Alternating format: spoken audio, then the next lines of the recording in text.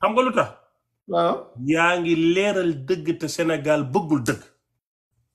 non mais man xam nga dañ maa jàppee ab dof moo tax. maa ngi interpellé Bassirou Diomaye Faye ci sa sécurité ak sa assurance waaye yàlla sax yàlla moo lay aar yow. xam nga maanaam ci loolu la ñuy sukkandiku ba tax nga dégg ñu naan jigéen xelam matut diineem matut ndax dañuy wax ne jaamu yàlla am matul ndax day am loo xam ne moo koy gaar lu ko koy tee def. may leen loolu ñuy wax saxul.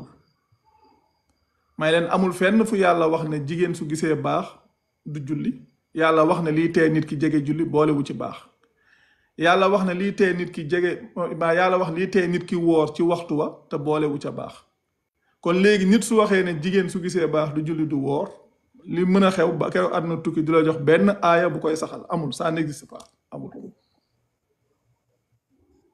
amul de ku ko wax it loolu amul benn preuve. waa léegi soo wooree nga wëccu nga brosu nga laal parfum day yàq or wala laaru. man de damay parfumé wu damay brosu.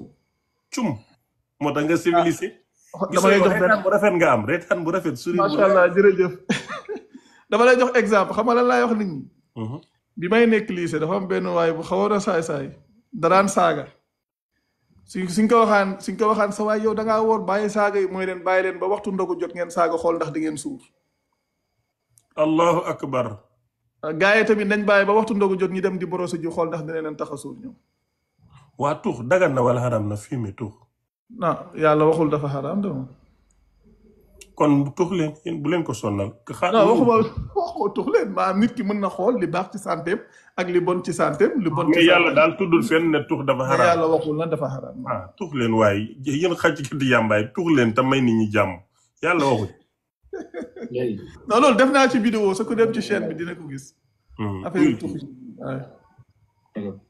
man dama juddu si l'islam ñu digal ma ni lañuy juddoo ni lañuy jàppoo ni lañuy defee nanga ma topp comme ba pour l'instant moom maa xam ma gëstu bi ma gëstoo gis ni l'islam dafa bëri nekkee l'islam jubóowuñ parce que ñii ñi ngi wax jëm nii ñii ni nii la ñii ni nii la boroom xam-xam yi kaamil ñoo koy wax yoo xam jubóowuñ si ay baat donc man damay laaj ba xam su ma préféré topp kii nu mu tuddati Cheikh Mbacke bi su ma préféré woon topp ko may laaj ba xam yow ma xiyaam man lan moo ma siy fekk bu dee moom Cheikh Mbacke li mu wax du noonu lan moo ma siy fekk bu dee ñee ñoo am dëgg man lan moo ma siy fekk.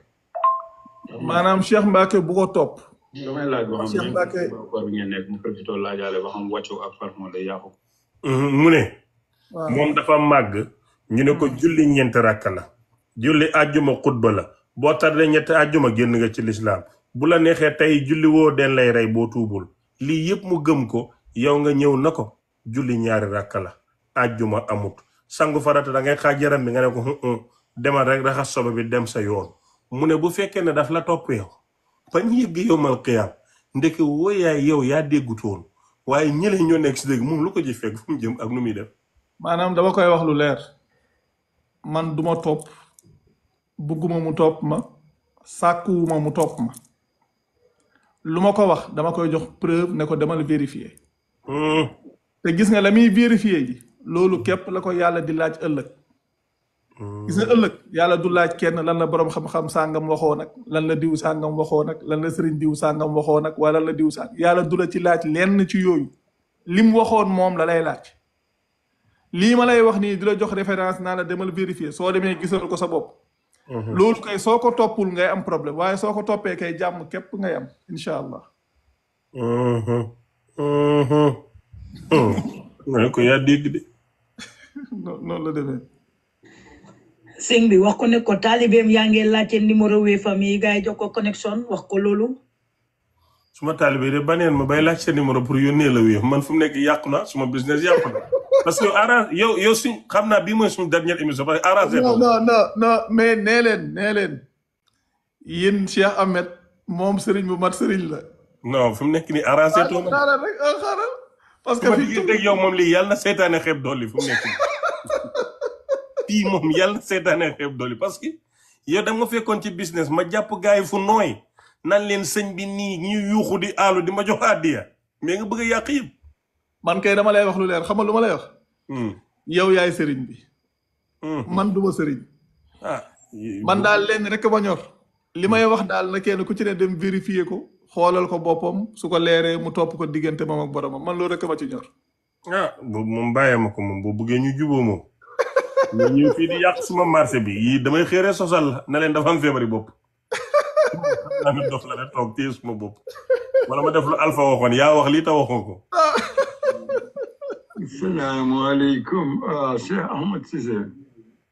Man la Moro démb nag maa la doon séntu pour nga call ma waaye calluloo ma xam naa nga busy waaye maa ngi callee Dallas suma number bi 469 waa kii lu ko dal moom ak lu muy wax ni non daa bëgg nga woo ko. 244 man la di jigéen bi boole loon démba waaw démba bi ñoo wax noonu bi ñu nekkee triwee man la woon please soo jotee message bi rek call ma rek dégg nga wala nga wax ma naka laay def.